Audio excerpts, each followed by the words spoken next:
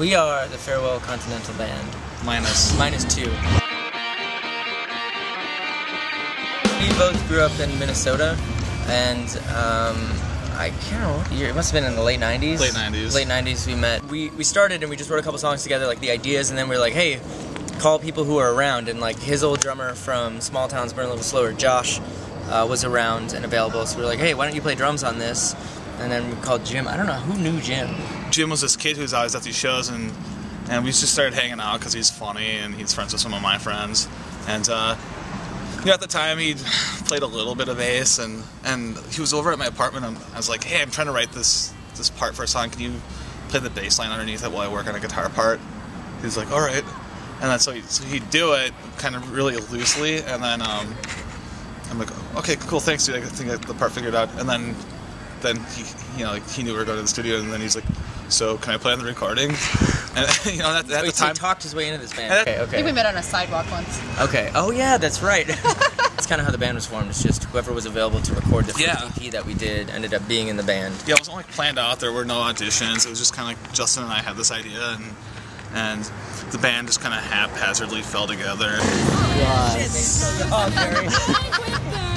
The main reason that I wanted to do this was because there's so much music I like, whether it's 50s big band jazz type stuff to like shoegaze music to Melt Banana.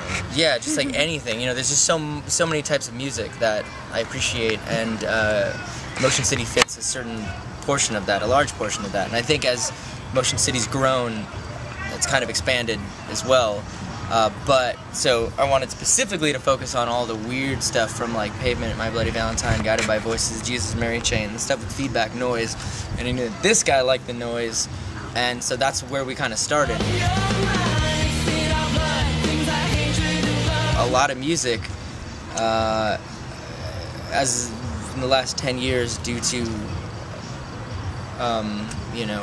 like basically anybody can record something and make it sound good because you can change it, you can tune it, you can cut it, you can edit it, you can do all this stuff to it. So what we really try to do is spend as little amount of time in the studio as possible, as few takes as possible. Like if we can do it in one, we do it in one. Let it be what it is organically before we tinker with it too much. Because that's the kind of shit that we like, is just the realism of it, and it might not sound that pretty.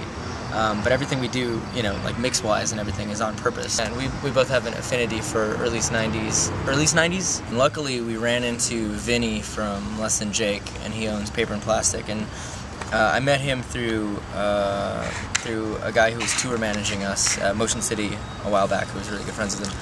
And he was telling me that he was doing all this, like, sort of art house shit on vinyl, where, and we had this crazy idea that we wanted to do a square 7-inch double-sided picture disc, aka really expensive, and I think he probably lost a lot of money doing that. But we ended up doing it, which was the cool thing. We're like, oh, this guy's awesome. He's just gonna throw money at us and like let us do whatever we want, and that is just unheard of. All of our artwork is done by the same woman. Her name is Beth Rabel. She's the merch girl from Motion City. All of our videos have been shot by the same guy, Shane Nelson.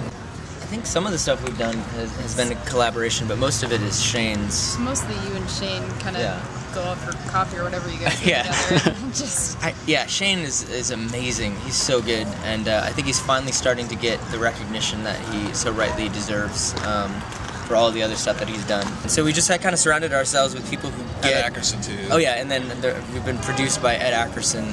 Basically have a lot of really awesome people on our side. Yeah, and they all get what we're doing, and what we're doing is we just like to make weird shit and not think too much about it. And I had an office job for 3.5 years before going on this tour. I worked at a nonprofit doing admin stuff, but I don't know, like I'm 4 days into tour again, and now I'm just like, I missed this. Are you loving it? I'm loving it. I'm loving you. I love going to the towns that have unique areas to them and just kind of exploring and checking out like the mom and pop coffee shops and like just different stores and stuff. And I kind of like just hanging out with people from different areas and just hearing their slang and like their little microcosm of subculture wherever they're from. That's my favorite. The no sleeping, that's been rough. I'm not like them. I haven't toured too much in my lifetime. So this is kind of a new thing for me, but definitely the no sleep, that's been pretty rough. What's your favorite thing? My favorite thing is Just being in new areas. I love road trips. I used to go in an RV with my family all the time and just love that. Just seeing different areas and really excited to hit the mountains. Like I said, I think a lot of this is nostalgia for me. And I mean, I'm not that old and it wasn't that long ago, but I haven't really done tours in a van in a while. I think it's not my favorite thing. I have back problems, and which is maybe another thing, like a sign that maybe I shouldn't be doing this. But I just like being in close-knit, kind of do-it-yourself situations and being forced to figure it out. I think it's just sort of another in a long line of personal discovery paths that I've chosen. Because I think it terrifies me to be in charge of something, and terrifies me to actually be responsible. And so I'm the least responsible member of Motion City, and now I'm in charge of Jumping out of your comfort zone. Yeah, hardcore. So I'm just like, promoter, don't hit me. One thing that's really cool about this tour, aside from other tours I've done, is like everybody helps each other out. It's not like Justin has to like crack a whip. Sometimes if we're running late, they'll be like, no, we can't stop and pee right now. But like, but I run a tight ship. Yeah, tight ship. Typically speaking up though, like, we show up at the venue, everybody just starts grabbing gear. When we're done, everybody loads out. If you like our music, please buy our music. If you don't, tell everyone how shitty we are, or if you do like our music, tell everyone how awesome we are, whatever. Just be real. That's pretty much all I have to say.